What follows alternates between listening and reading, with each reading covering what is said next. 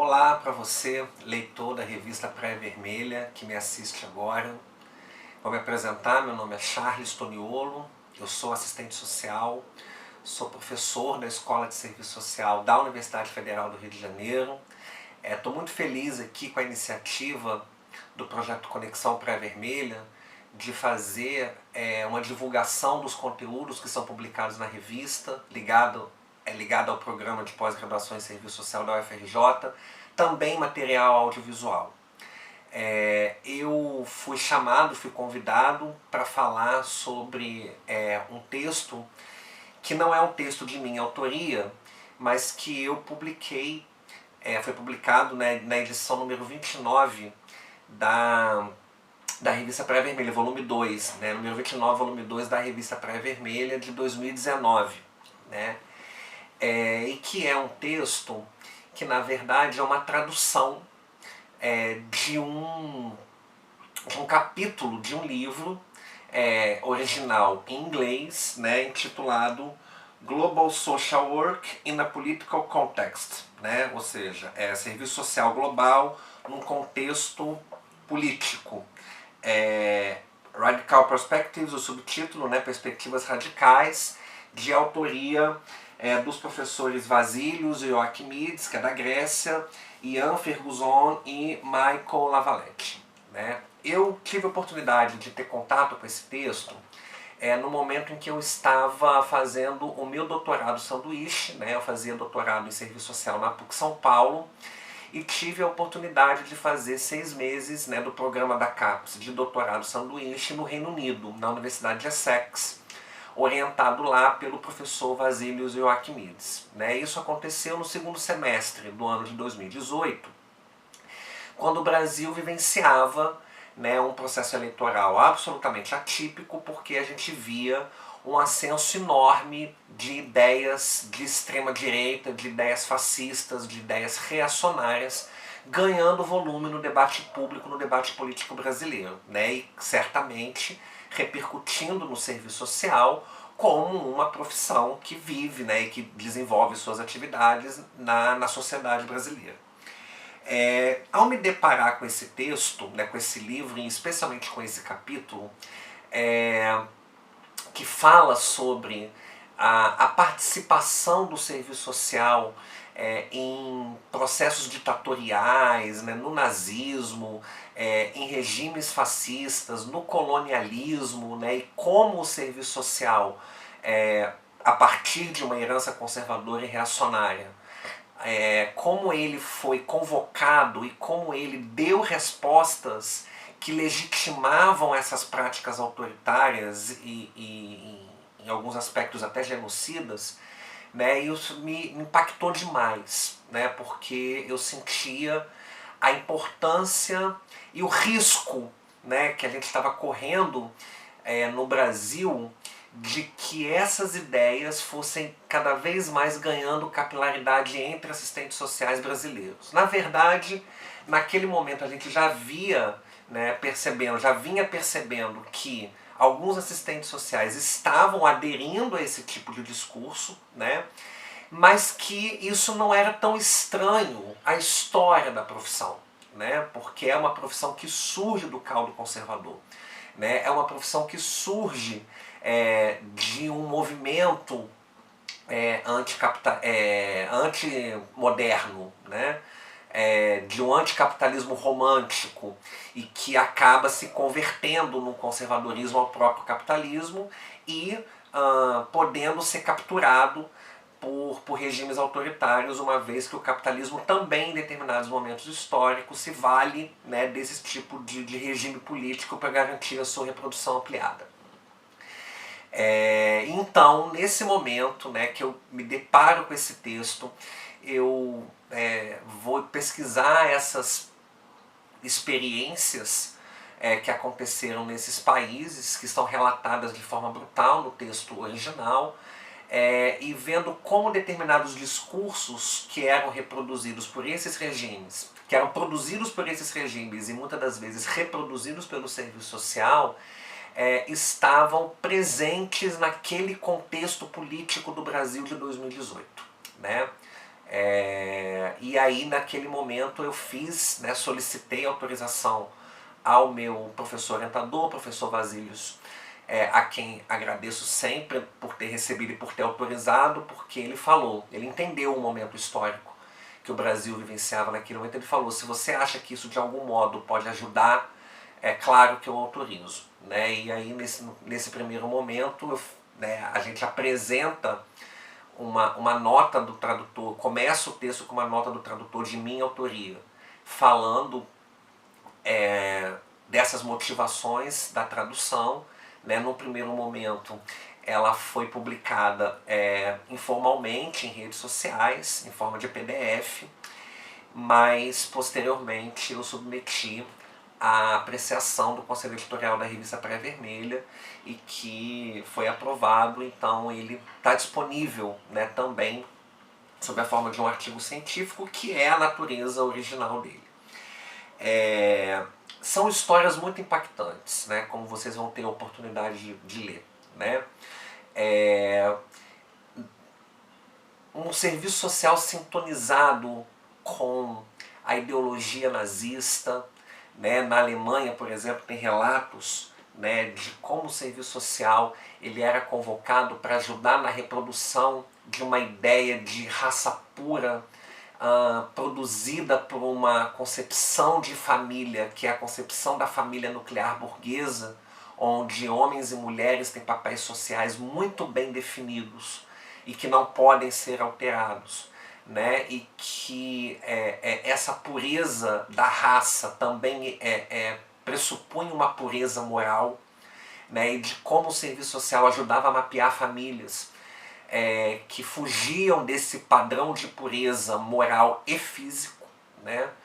É horrível, de fato, ver que assistentes sociais identificavam, por exemplo, famílias que tinham crianças com deficiência e então essas crianças, junto com suas famílias, eram mandadas para campos de concentração nazistas, né?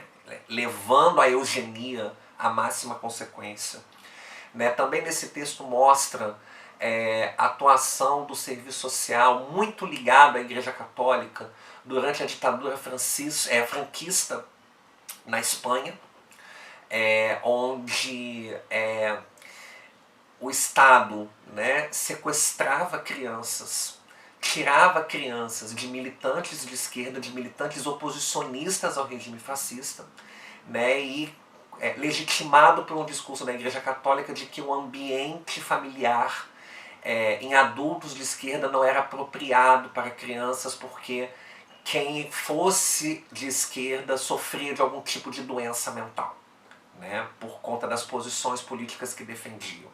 Né, e aí essas crianças eram retiradas dessas famílias, levadas para instituições administradas pela igreja, né, e nós sabemos o quanto nos países de forte tradição católica a Igreja Católica incidiu sobre a formação de assistentes sociais. Então nós tivemos assistentes sociais participando, né, ativamente dos cuidados e da redistribuição desses bebês, né, que eram tirados de suas famílias. Né, o mesmo também aconteceu na Grécia durante a ditadura grega, né, onde crianças eram retiradas das suas famílias nas regiões onde a oposição ao regime ditatorial tinha mais força eleitoral, né, então as regiões onde a esquerda ganhava eram consideradas regiões em que as famílias não tinham condições de cuidar dos seus filhos, de criar seus filhos segundo os valores defendidos por aquele regime. Né? Então, essas crianças eram retiradas das famílias, eram levadas para abrigos administrados pelo Estado e com forte presença de assistentes sociais, né? E abrigos que reproduziam, por exemplo, papéis de gênero muito fortes, né? Meninos com a ideia de uma masculinidade bruta, preparando para a guerra, para o trabalho, mulheres, meninas, né, com a ideia da doçura, do cuidado com a família, né, então reproduzindo mesmo valores dominantes no campo das relações de gênero. Né. Essa questão, né, do sequestro de crianças, ela é muito presente nessas histórias horríveis que são relatadas no texto. e elas também se fazem presentes nos processos colonialistas europeus, né? Nas colônias, que tinham sede na Europa, mas que estavam pelo mundo, né?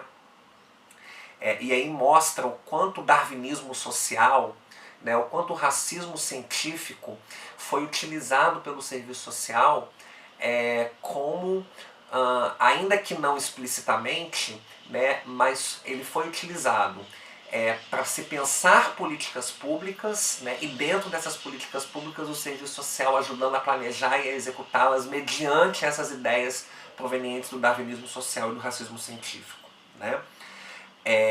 No texto se fala, por exemplo, do sequestro de crianças indígenas, né, de povos originários, na colonização da Groenlândia pela Dinamarca, e também na colonização franco-inglesa no Canadá. Né? Crianças que eram retiradas das famílias indígenas porque existia um discurso reproduzido pelo serviço social ou no limiar, ou o serviço social omisso diante dele, de que famílias indígenas propiciavam um ambiente pouco adequado para o crescimento das suas crianças, então essas crianças eram retiradas das suas famílias e eram colocadas em anúncios de jornais, fotos delas para serem adotadas por famílias colonizadoras, famílias brancas, né? Da mesma forma, aconteceu na colonização britânica na Austrália, mas com algumas peculiaridades que foram inclusive denunciadas posteriormente depois em filmes, né? Que crianças foram tiradas da Inglaterra por entidades filantrópicas, e entidades filantrópicas que contavam com a presença de assistentes sociais, com o discurso de que os pais haviam morrido na guerra, e muitas das vezes eles não tinham morrido em decorrência da guerra, né, mas eram tirados de famílias pobres e foram levadas para as colônias britânicas na Oceania, né, tanto na Austrália como na Nova Zelândia. Mas o texto fala bastante da Austrália, né? E na Austrália eles eram levados para fazendas e trabalhavam em regime de trabalho análogo ao escravo, né? E com o discurso de que eles poderiam fazer um processo de povoamento levando o sangue inglês, né? Ou seja, desqualificando os povos originários da Oceania, né? Da mesma forma, o Império Inglês utilizou do serviço social para pensar as políticas públicas no apartheid da África do Sul. Na África do Sul existia nitidamente políticas públicas voltadas para brancos e voltadas para negros. E obviamente, né, por conta daquele regime racista, as políticas voltadas para a população negra eram de caráter repressivo, né, e quando visavam algum tipo de acesso a direito era de muito pior qualidade do que se pensava para a população branca, né, e o serviço social participando disso. O texto fala inclusive que existiam cursos diferentes de serviço social na África do Sul, cursos para pessoas brancas e cursos para pessoas negras. Mas não só em regimes autoritários e colonialistas, o texto mostra que até no maior exemplo da democracia mundial, né, como costuma se vender, os Estados Unidos tiveram políticas eugenistas que contaram com a presença de assistentes sociais. Nos anos 70, houve uma política de esterilização em massa de mulheres negras.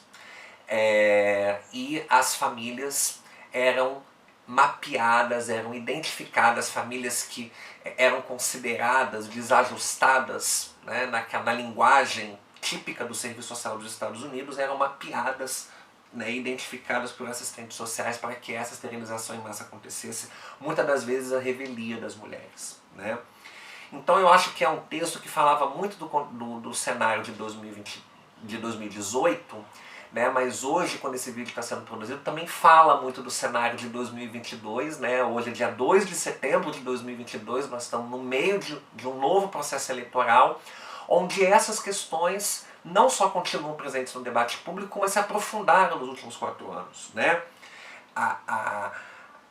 ações que apontam para o retorno da ideia de supremacia branca, né, associada a uma supremacia heteronormativa, não é? Uma desqualificação de posicionamentos contrários ao posicionamento do governo dominante, ataques a conquistas das mulheres, a conquistas da população LGBTQIA+, ataques ao feminismo, né, e ataques a todas as conquistas que reconhecem as diferenças de gênero, mas que lutam por uma igualdade de gênero, né, por esse discurso falacioso que se construiu em torno da ideia de ideologia de gênero, que é uma ideia que não existe, né. O racismo que se expressa de forma brutal no genocídio indígena, né, no genocídio da população preta e periférica, nos grandes centros urbanos, né, como produto do racismo estrutural da nossa sociedade, da nossa formação social. E o discurso de ódio contra os pobres, né, esse é um modo de vida, reproduzindo aí práticas e discursos desqualificando essa população e muitas das vezes punindo e criminalizando e impactando, né, a vida, por exemplo, de crianças e adolescentes, né, dessas famílias.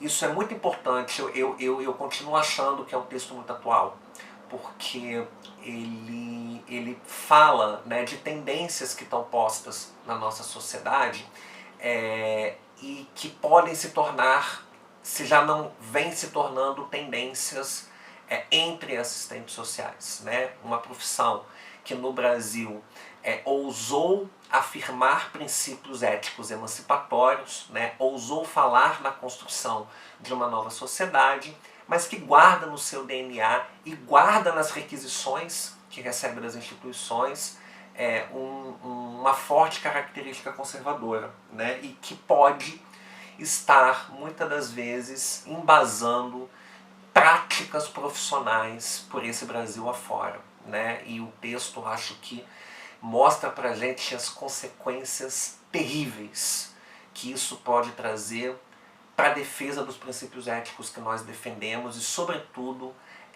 para as condições de vida da população que a gente atende, né? Acho que as lições históricas, elas são muito importantes para a gente pensar o presente e o futuro do serviço social no mundo e no Brasil, e eu acho que nesse sentido o texto traz essa contribuição, essa provocação, esse mal-estar que é necessário para a gente refletir sobre nossos posicionamentos e nossas práticas no cotidiano do nosso exercício profissional. Espero que vocês gostem do texto e que vocês façam uma boa leitura e que ela possa provocar o impacto que provocou em mim e isso trazer reflexões e novas práticas profissionais para vocês. Obrigado pela atenção, boa leitura.